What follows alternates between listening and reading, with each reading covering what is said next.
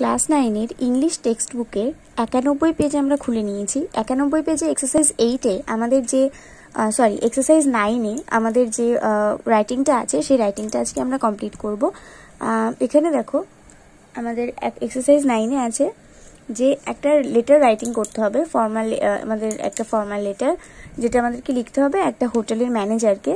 মানে এখানে বলা আছে you want to visit a tourist spot during the puja vacation. তুমি পুজোতে একটা টুরিস্ট স্পটে বেড়াতে যেতে চাইছো। Write a letter within 100 words to the manager of a hotel enquiring about the availability of rooms, cost involved and সাইজ to be scene.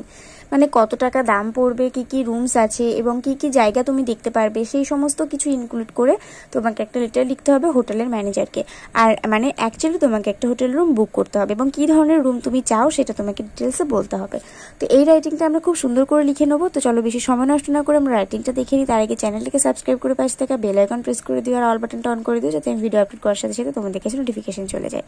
Already এটা subscribe করে ফেলেছে, তাদেরকে অসংখ্য ধন্যবাদ। তো চলো এবার আমরা এক্সারসাইজ 9 করা শুরু করি। ফর্মাল লেটার যেরকম করে লিখতে হয়, এখানে প্রথমে আমরা লিখে নিয়েছি টু, তারপর দ্য ম্যানেজার। এখানে আমি একটা কাল্পনিক নাম দিয়ে দিয়েছি, তোমরা চাইলে তোমাদের পছন্দ মতো হোটেলের নাম দিতে পারো। আমি এখানে হিল ভিউ হোটেল সিমলা দিয়েছি। তারপর আমাদের সাবজেক্ট হচ্ছে বুকিং অফ হোটেল। তো এখানে আমরা লিখেছি respected sir, my friend mister Anshu Karmakar stayed in your hotel for a week last year during the puja holidays. এখানে আমি আমার বন্ধুর কাল্পনিক নাম ব্যবহার করেছি, তোমরা এখানে তোমাদের বন্ধুর অন্য কোনো নাম চাইলে ব্যবহার করতে পারো। তো এখানে আমি বলেছি যে আমার বন্ধু অংশু কর্মকার আপনার হোটেলে আগের বছর এক সপ্তাহ ধরে থেকেছিল পুজোর সময়। He highly recommended your hotel and I write you on his advice. সে আমাকে খুব ভালোভাবে আপনার হোটেলের জন্য রিকমেন্ড করেছে, মানে সে বলেছে যাতে আপনার হোটেলটাতেই আমরা থাকি, সেই জন্যই তার অ্যাডভাইসের জন্যই আমরা আপনাকেই চিঠিটা লিখছি।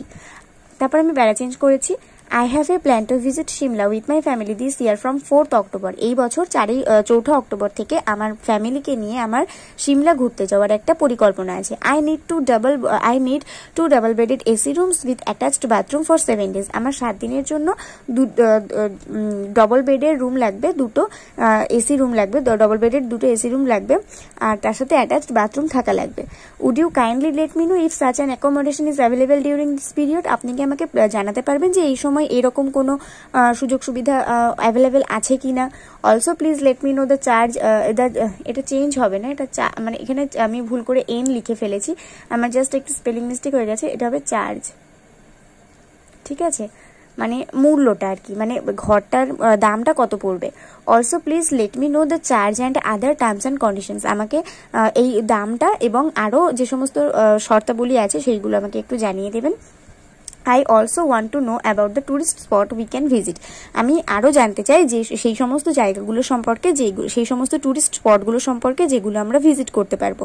Kindly inform me as soon as possible. আমাকে যত তাড়াতাড়ি সম্ভব একটু ইনফর্ম করবেন, as I can finalise my travel programme, যাতে আমি আমার এই ভ্রমণের যে একটা পরিকল্পনা আমি করেছি সেটাকে যেন আমি ঠিকঠাক মতন মানে এগিয়ে নিয়ে যেতে পারি বা সাফল্যমণ্ডিত করে নিতে পারি।